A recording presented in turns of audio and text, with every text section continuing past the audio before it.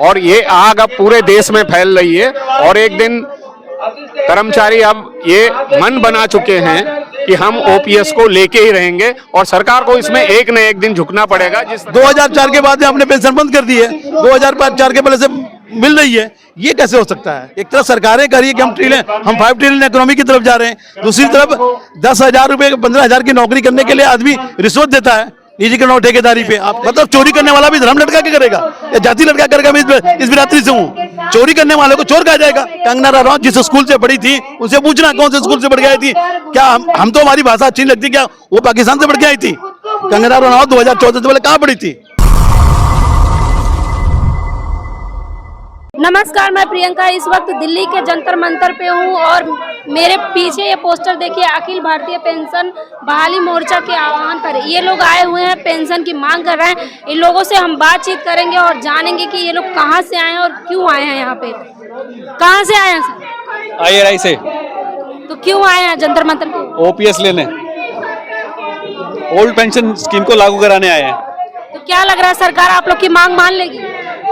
कोशिश कर रहे हैं हम लोग और हो सकता है कि हो जाए, क्योंकि हमारी कमेटी गठित कर दी गई है NPS के लिए दोबारा से, तो हो सकता है कुछ हो जाए। तो हम लोग लगे हुए हैं, ऑल ओवर इंडिया से लोग आ रखे हैं यहाँ पे और हमारा अभी आगे का और प्लान है, उसमें हम आगे फिर और आगे बढ़ा करेंगे। आगे भी आप लोग आंदोलन करेंगे? बिल्कुल जारी रहेगा, जब तक नहीं मिलेगा जब तक करते रहेंगे। जो 2004 के बाद सरकार ने नई पेंशन स्कीम लागू कर दी, उसमें पेंशन नहीं मिलेगी। अब बुढ़ापे में हमें पेंशन चाहिए, तो उस संघर्ष में हम लोग आए हैं कि हम किसी तरह से 2004 के बाद के जो कर्मचारी हैं उनको पेंशन मिल जाए। तो क्या लग रहा है सरकार क्यों पेंशन नहीं देना चाह रही है? सरकार ये बहाना बना रही है कि अगर पेंशन दे देंगे तो हमारा सारा बजट उसी में चला जाएगा। एक तरफ सरकार ये कह रही है कि हमारी इकोनॉमी बहुत बढ़ गई है। अब जब आपकी इकोनॉमी बढ़ गई और जब देश आप गरीब बता रहे थे तब तो पेंशन दे रहे थे, अब जब आप इतने आपकी इकोनॉमी बढ़ गई और आप कंपीट करने लगे, आपकी 5वें नंबर की 4थे नंबर की इकोनॉमी हो गई और फिर आप पेंशन नहीं दे पा रहे, तो कंट्राडिक्शन है कि नहीं है? इसलिए हम सब संघर्ष कर रहे हैं कि हमको पुरानी पेंशन दे दो। सबको नेताओं को मिल रही है तो हमें भी मिलनी चाहिए। और महिलाएं भी हैं जो कि इनके समर्थन में आई हैं, इनसे बातचीत करेंगे। मैम कहाँ से आई हैं? दिल्ली से ही आए हैं, हम दिल्ली से ही टीचर्स हैं। तो पेंशन की मांग के लिए आप लोग भी आई हैं? हाँ जी। तो क्या लग रहा है कि सरकार मांग मानेगी आप लोग? देखिए, हमारा कर्तव्य है संघर्ष करना, संघर्ष हम कर रहे हैं, बाकी सरकार को ही पता है। ओपीएस एक पूरे देश में चलने वाला आंदोलन है जो हमारा हक है और हम लेकर रहेंगे। ओल्ड पेंशन स्कीम, अगर वो पेंशन MLA छोड़ दें, सारे सरकारी सबके लिए एक जैसा नियम होना चाहिए। अगर आपको ख़त्म करनी है तो सबके लिए कीजिए, लागू करनी है तो सभी के लिए कीजिए, ये हमारी मांग है। सर कहाँ से आए? मैं सफदरजंग हॉस्पिटल से प्रदर्शन में आए हैं मांग लेके? हाँ, ये ओपीएस की डिमांड है, क्योंकि सरकार जो है अपने मंत्रियों को, पार्षदों को, सबको जो है पेंशन देती है ओपीएस, और जो मेहनत का कर्मचारी है, वर्ग है जितना भी हिंदुस्तान में, उसकी जो सारी सुविधाएं हैं उसको छीन रही है। जबकि वो केवल 5 साल के लिए आते हैं और 5 साल में उनको पेंशन हो जाती है, लेकिन कर्मचारी 60 साल में रिटायर होगा और उसको पेंशन नहीं मिलेगी, तो उसकी जीवन का आगे क्या कैसा हो रहेगा। तो इसलिए हम सरकार से मांग करते हैं कि जो भी पार्लियामेंटियन हैं, जितने भी जो है, इनकी पेंशन बंद की जाए और कर्मचारियों की, जितने भी मेहनत कश कर्मचारी पूरे ऑल ओवर इंडिया में, उनको ओल्ड पेंशन स्कीम लागू की जाए। तो क्या लग रहा है कि सरकार आप लोग की मांग मानेगी जंतर मंतर पे आ जाने से? क्योंकि आए दिन अलग अलग तरह के प्रदर्शन होते रहते हैं, सरकार के कानों में आवाज नहीं जाती। देखो, ये धीरे धीरे एक चिंगारी जो है, क्योंकि सरकार ने जब ये खत्म किया तो धीरे धीरे लोग एकत्रित शुरू होना, और ये आग अब पूरे देश में फैल रही है। और एक दिन कर्मचारी अब ये मन बना चुके हैं कि हम ओपीएस को लेके ही रहेंगे और सरकार को इसमें एक न एक दिन झुकना पड़ेगा। जिस तरह से किसान आंदोलन में किसानों के उसमें उन्होंने कानून बिल वापस लेना पड़ा सरकार को, तो सरकार को ये एनपीएस भी वापस लेके और ओपीएस देनी पड़ेगी। कहा जाता है कि चंद लोग हैं, कुछ चंद लोग जो मोदी जी की छवि खराब करने के लिए इस तरह के प्रदर्शन करते हैं। नहीं, मोदी जी की छवि क्यों खराब होगी? हम तो मोदी जी आज ही डिक्लेयर कर दें कि हम ओपीएस दे रहे हैं तो हम ये प्रदर्शन छोड़ देंगे। तो मोदी जी की छवि का मतलब नहीं। मोदी जी जो है अपने जितने भी पार्लियामेंट में हो, विधानसभा में हो, उनको पेंशन दे रहे हैं केवल 5 साल में। और अगर वो पार्षद बन गया, एमपी बन गया, एमएलए बन गया तो उसको 3-3 पेंशन मिलेंगे। लेकिन जो कर्मचारी अपना पूरा जीवन इसमें और आखिर 60 साल में जब वृद्धावस्था में आता है, उसका जीवन का कोई वो ही नहीं है कि कोई सुरक्षा ही नहीं है। यही एक सुरक्षा थी। तो इसलिए इसमें मोदी जी को बदनाम करने के नहीं, मोदी जी अगर चाहें तो आज ही इसको डिक्लेयर कर दें और आज ही संघर्ष खत्म हो जाएगा।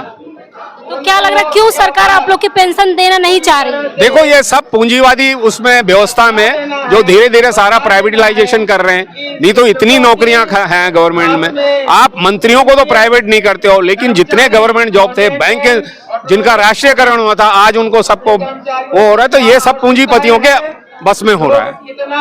तो सरकार पूंजीपतियों के उसमें ये कर रही है। भारत में लोकतंत्र से भारत चला है, जो लोकतांत्रिक देश है उसमें आप पूंजीवादी क्या हावी हो चुका है? बिल्कुल, पूंजीवादी धीरे धीरे, और ये सरकारें उनको और हावी, उनकी गुलाम हो रही हैं। इसीलिए ये जो है आम जनता को आज हर तरह की समस्याओं से जूझना पड़ रहा है। जबकि विकास होना था तो और ज्यादा सुविधाएं मिलनी चाहिए। अगर आप विकसित देशों में जाओ तो वहां तो बेरोजगारी भत्ता मिलता है, क्या अपने हिंदुस्तान में मिलता है? तो ये जो है सारा पूंजीवादियों के उसमें अंडर में आके, प्रेशर में आके काम कर रहे हैं। तो ये पूंजीवादी व्यवस्था को बढ़ावा दे रहे हैं। बताइए सर, कहाँ से आए? मैं भी सब्जी अस्पताल से आया हूँ। और चूंकि ये मांग है, और मांग नहीं है कि हमारा अधिकार है, राइट्स है कि ये जो पेंशन है, सवाल है पेंशन है। बताइए पेंशन किनको मिलती है? जो लोग नौकरी करते हैं उन्हीं को पेंशन मिलती है। जो लोग सर्विस नहीं दे रहे हैं, जो लोग सिर्फ 5 साल के लिए चुन के ले आ रहे हैं और उनका कोई मापदंड नहीं है, ना उनकी कोई योग्यता होती है, कोई निर्धारित उनका वो टाइम नहीं होता, पीरियड नहीं होता, उनको तो आप फर्स्ट दिन से, जिस दिन से आते हैं पार्लियामेंट या विधानसभा में बैठते हैं, उसी दिन से आप पेंशन देना शुरू करते हो। और एक व्यक्ति अपने जीवन के 35 से 40 साल आपको सर्विस देता है, उसकी पेंशन आप पूंजीपतियों के हवाले कर करके एनपीएस के रूप में आप, वो भी पैसा क्या मिलेगा क्या नहीं मिलेगा, क्या फंड, उसकी व्यवस्था नहीं है, कोई उसकी वो नहीं है। आज हालत आप उनको एनपीएस के रूप में दे रहे हो। तो सवाल है कि क्यों एनपीएस? एक ही सर्विस में सबकी सर्विस, जो सेंट्रल गवर्नमेंट में जो लोग हैं, केंद्र सरकार में, उनके सर्विस का मापदंड एक जैसा है। 2004 के बाद आपने पेंशन बंद कर दी है, 2004 के पहले से मिल रही है। ये कैसे हो सकता है? आप पार्लियामेंट में बैठे थे, आपने विधानसभा और आपने लोकसभा में और राज्यसभा में पास करा लिया, क्योंकि आप बहुमत में था, आपने करा लिया और आपने कह दिया कि 2004 में पेंशन बनता है। तो सवाल पेंशन, अभी देखिए अधिकारों की बात है, अधिकार छीने जा रहे हैं, राइट्स छीने जा रहे हैं। अभी लेबर एक्ट आप देखिए चेंज हो चुका, पूरा लेबर कानून चेंज हो रहा है। हिंदुस्तान की सरकार जो आजाद मुल्क में जब आजाद नहीं था, उस समय लेबर ट्रेड यूनियन एक्ट था, 1926 एक्ट था, उसको खत्म करके आप 4 लेबर कोड लेके आ रहे हैं। तो सवाल है आप खड़े कहाँ हैं? एक तरफ सरकारें कह रही है कि हम 5 ट्रिलियन इकोनॉमी की तरफ जा रहे हैं, दूसरी तरफ 10,000 रुपए 15,000 की नौकरी करने के लिए आदमी रिश्वत देता है निजी ठेकेदारी पे। आप जाइए दिल्ली के किसी संस्थान में घुस जाइए, जहाँ पे ठेके पे रखने के लिए ठेकेदार उसके 50,000 40,000 30,000 रुपए पैसे लेता है, इसकी नौकरी का कोई ठिकाना नहीं है। तो क्या ये व्यवस्था ठीक है? ये व्यवस्था मुल्क में चलेगी? स्वास्थ्य की कोई सुविधा नहीं है उनमें, वो लोग बेचारे ईएसआई बड़ी मुश्किल से मिलता है, वो भी लागू नहीं होता। तो सवाल है सरकार एक तरह से पेंशन तो छीन ही रही है। पेंशन आपको पता है सेंट्रल गवर्नमेंट में 9 लाख पद खाली पड़े हुए हैं। ये मैं नहीं बोल रहा हूँ, पार्लियामेंट का वो है, 9 लाख पद खाली हुए हैं। आखिर आप क्यों नहीं भर रहे हैं? और 9 लाख पद खाली है तो उनका कार्यभार कौन देख रहा? उनपे क्या दबाव नहीं है? उन लोगों पे वो लोग काम नहीं करते हैं। अगर वो काम करते तो उनकी पेंशन क्यों जा रही है? सवाल ये है कि पेंशन आदमी के जीवन के जो आखिरी समय होता है, उसको गुजारा भत्ता के लिए होता है, उसकी परिवार की आजीविका होती है, और वो आप खत्म कर दे रहे हैं। तो ये तो मांग बनेगी। दूसरी तरफ आप उन लोगों को दे रहे हो जो लोग एक फॉर्मेट में एक ही एमपी बन जाओ, मिनिस्टर बन जाओ, एमएलए बन जाओ, आप 5-5 पेंशन ले रहे हैं। तो अगर इतनी बेहतर व्यवस्था है तो आप अपने ऊपर लागू करा लिए, आप अपने ऊपर तो लागू नहीं करा रहे। और हम पे कह रहे हैं कि एनपीएस बहुत बेहतर योजना है। एनपीएस बहुत बेहतर योजना है, तो आप अपने पर खुद पे लागू करके देखिए।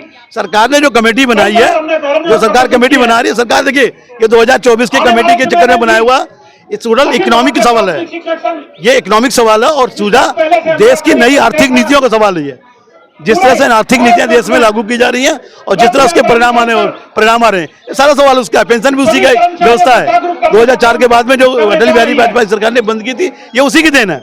और ये तो मांग है, ये लेंगे लोग, ये लेंगे। ऐसा नहीं है कि 18 लाख कर्मचारी अभी महाराष्ट्र में हड़ताल पे थे, उनका एक ही मुद्दा था, उन्होंने नहीं कहा कि मेरी प्रमोशन दे दो, मुझे पदोन्नति चाहिए, उन्होंने कहा हमें एनपीएस छोड़िए, हमें ओपीएस दीजिए, तो पेंशन तो देना पड़ेगा आपको। अगर सरकार आप लोग की मांग नहीं मानेगी तो क्या करेंगे? देखिए सरकार क्यों नहीं मानेगी, सरकार के विदेश की तो है नहीं, इसी देश की सरकार है, इसी देश की चुनी हुई है, नागरिक उनको वोट देते हैं, नागरिक अधिकार की बात हो रही है तो क्यों नहीं मानेगी, और सरकार क्यों जाएगी भाई, सीधी सी बात है, क्यों नहीं मानेगी सरकार। और देखिए किसी को हम बदनामी नहीं कर रहे हैं, हमारे देश के प्रधानमंत्री, हम किसी को बदनामी कराएंगे, किसी की छवि क्यों खराब कराएंगे? क्या हमारे देश के पीएम वो भी पीएम है, उनकी छवि हम क्यों खराब करेंगे? अगर हमारी मांग जेन्युइन नहीं है, आप हमें आमने सामने बैठ जाओ, आमने सामने बैठ जाओ और बात करके अप्रूव करके दिखा दो कि हम गलत हैं, हम वापस ले लेंगे। लेकिन आप तो हमें बातचीत भी नहीं करते, बातचीत के लिए जरिए नहीं बुलाते आप। आपने कमेटी बुलाई है, कमेटी में उसमें क्या हाल होगा? सीधी सी बात है, हमारा सवाल मांग है कि न्यू पेंशन बंद की जाए और ओपीएस लागू की जाए। आपको जानकारी हैरान होगी कि जो अर्धसैनिक बल है, जो लोग बॉर्डर के अंदर हैं, कश्मीर में, जम्मू कश्मीर में, उनको ओपीएस नहीं लागू है। जो लोग लड़के शहीद हो जा रहे हैं, मर जा रहे हैं, उनको ओपीएस लागू नहीं है, उनको एनपीएस के रूप में दिया जा रहा है। कैसी व्यवस्था है? एक तरफ हम कहते हैं कि सेना का और सम्मान होना चाहिए, नागरिक सम्मान होना चाहिए, कहाँ सम्मान उनका है? विकास हो रहा है भारत का। देखिए विकास अपने आप में विकास तो कुछ भी कहिए हो रहा है, विकास अपने आप में नागरिक का विकास होता है, व्यक्ति का विकास नहीं है, पूंजीपति का विकास नहीं होता है। विकास तो एक सतत प्रक्रिया है। विकास जो होगा 140 करोड़ लोग बताएंगे कि विकास हो रहा नहीं हो रहा। अब ये बताए विकास तो चंद लोगों का हो ही रहा। जो लोग आइसक्रीम खा रहे हैं, शाम को जाकर के रोज आइसक्रीम खा के खाना बचाते हैं, उनके लिए तो विकास है, इसमें कोई डाउट नहीं है। लेकिन जिस आदमी को रोटी नहीं मिल रही है, उसके लिए क्या विकास है? हंगर इंडेक्स में हम कहाँ चले गए हैं? 5 किलो राशन दिया जा रहा है 80 करोड़ लोगों को, तो 80 करोड़ को दिया जा रहा है, तो विकास में है तो 5 करोड़ राशन क्यों दे रहे हो उनको रोजगार दीजिए, राशन की जरूरत नहीं उनको आप रोजगार की सुरक्षा दीजिए। आप राशन क्यों किनको दिया जा रहा है? जिनके पास रोजगार नहीं है, आप राशन क्यों दे रहे हैं? इसका मतलब उनकी कंडीशन खराब है, उनकी हालत दयनीय स्थिति है। आप 5 किलो राशन देकर के अपने आप को बिठवा रहे हैं। आप उनको रोजगार दीजिए, आप उन्हें काम का अधिकार दीजिए। अभी देखिए मनरेगा के लोग आज कम से कम 2 महीने से बैठे हुए हैं इसी जंतर मंतर पर। उनकी मांग क्या है?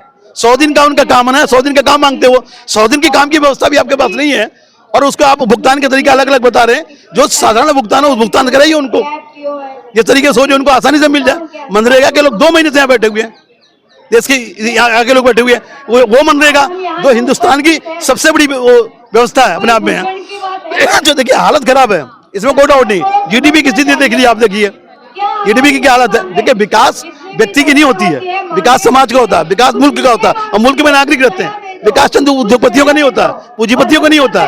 जो आदमी 609 नंबर पे था 10 साल पहले, आज वो इस कोविड काल के दौरान में वो दूसरे नंबर पर दुनिया में। कहा जाता है कि अडानी का विरोध देश का विरोध है। भाई व्यक्ति का विरोध थोड़ी हो सकता है, व्यक्ति का विरोध देश का विरोध करे। इस तरह से कोई चोरी चक्का खड़ा हो जाएगा, उठ के खड़ा हो जाएगा, वो चोरी करेगा, कहेगा हमारा विरोध देश का विरोध हो जाएगा। भाई चोरी करने वाले के साथ देश कैसे खड़ा हो सकता है? जो चोरी कर रहा उसके साथ देश कैसे खड़ा हो सकता है? जो बैंक के लूट के लेकर के भागे उनको साथ देश कैसे खड़ा हो सकता है? वो किसी कास्ट के, किसी जाति, किसी धर्म के हो सकते हैं। मतलब चोरी करने वाला भी धर्म लटका के करेगा या जाति लटका करेगा? मैं इस बिरादरी से हूँ। चोरी करने वाले को चोर कहा जाएगा, वो चाहे किसी जाति, किसी धर्म के, किसी समुदाय का। चोरी करने वाला देश के लोगों के संसाधन की लूट कर रहा। ये व्यक्ति कहाँ हो गया? इसमें व्यक्ति कहाँ हो गया? और किसी के व्यक्ति का विरोध थोड़ी हो रहा है। पेंशन एक मांग है जो लाखों लोगों कर्मचारियों की मांग है, ये व्यक्ति की मांग नहीं हो रही है, व्यवस्था के अंदर मांग। सुनिए अभी कोई हड़ताल नहीं है, कोई इस तरह की प्रावधान नहीं किया जा रहा। आंशिक रूप से यहाँ पर आकर के लीडरशिप आ रही है, वो करिए हमारा पेंशन दे दीजिए। क्या दिक्कत है पेंशन देने में? आपको दिखाइए ना पेंशन। और दूसरी बात है, आप 25 लाख 1000 करोड़ देश के पूंजीपतियों का माफ कर सकते हैं एनपीए के रूप में, ठीक है? किसानों के देने के नाम पे, मजदूरों के न्यूनतम वेतन के नाम पे और मजदूरों के क्या बोलते हैं सरकारी कर्मचारियों को पेंशन देने के नाम पे आपके पास पैसे नहीं होते हैं। ये कैसा तर्क है? आज तो ये हालत है कि सरकार का विरोध करना देश का विरोध हो गया। भाई सरकार का विरोध देश का विरोध हो सकता है, नागरिक का विरोध होगा। कंगना रनौत कहती हैं 2014 के बाद ही असल में भारत आजाद। देखिए कंगना रनौत जैसे से बहुत लोग हैं, जिनके ये एक लंपट किस्म की संस्कृति देश में पैदा हो रही है, जिनको लगता है 2014 के बाद में देश में सड़क बनी है, देश में एरोप्लेन आया है, देश में क्या बोलते हैं साइंटिस्ट आए हैं, देश में IIT नहीं है, एम्स नहीं था, ये 2014 के बाद में आया है। और सुनो, कंगना रनौत जिस स्कूल से पढ़ी थी उनसे पूछना कौन से स्कूल से पढ़ के आई थी। क्या हम तो हमारी भाषा अच्छी नहीं लगती, क्या वो पाकिस्तान से पढ़ के आई थी? कंगना रनौत 2014 से पहले कहाँ पढ़ी थी? देश आजाद नहीं था तो उन्हें कौन सी शिक्षा उनको किसने दिया? सवाल ये नहीं है, कंगना रनौत भी जानती है कि 2014 से पहले बहुत कुछ था, और इस मुल्क के जो 70 साल चिल्लाते थे ना, वो भी इसी मुल्क में पढ़ करके और इसी सरकारी स्कूल में पढ़ करके देश के प्रधानमंत्री बने हैं। वो जो उन्हें गड्ढा दिखाई दे रहा था, ठीक है, गड्ढे दिखाई दे रहे तो भरिए, आप जो कमियां उसे भरिए, कोई दिक्कत नहीं है। 70 साल 75 साल देश का रहा, कुछ कमियां तो आप बेहतर सुधार करिए, कौन रोक रखा आपको? लेकिन 72-70 साल चिल्लाने से समस्या थोड़ी खत्म हो जाएगी, समस्या तो वहीं खड़ी मिलेगी आपको। किसी पार्टी का विशेष विरोध करके कोई फायदा नहीं होगा। पार्टियों में क्या है, आज हालत है, शाम को इधर बैठते हैं उधर लोग चले जा रहे हैं। आज जितने करप्शन लोग हैं कहीं और चले जा रहे हैं, वो ठीक हो जा रहे हैं, जो लोग बचे हुए हैं वो करप्टेड लोग हैं। तो ये कोई मंशा नहीं है और ये कोई तरीका नहीं है, और ये नहीं है कोई लोकतंत्र का असली चेहरा ये नहीं हो सकता है। राजनीतिक स्वच्छता अगर चाहिए आपको तो आप जनता में संवाद रखिए, विश्वास रखिए, और जनता के बीच में ये बात करिए, उनसे बताइए। अगर हमारी पेंशन की योजना में मांग में कोई कमी है, हमसे संवाद करिए, हमें बताइएगा। क्या हम लोग देश के नागरिक नहीं है या हम कोऑपरेट नहीं करेंगे? देख लीजिए, ये लोग देश भर से दिल्ली के जंतर मंतर पे आए हैं, अपनी मांग रख रहे हैं कि MP MLA को तो पेंशन मिलता है, लेकिन ये लोग देश को सेवा दे चुके हैं और लगातार देश का भविष्य सुधारने में अपना जीवन खपा दिए। तो इस खबर पे आपकी क्या राय है, हमें कमेंट बॉक्स में जरूर बताएं। धन्यवाद।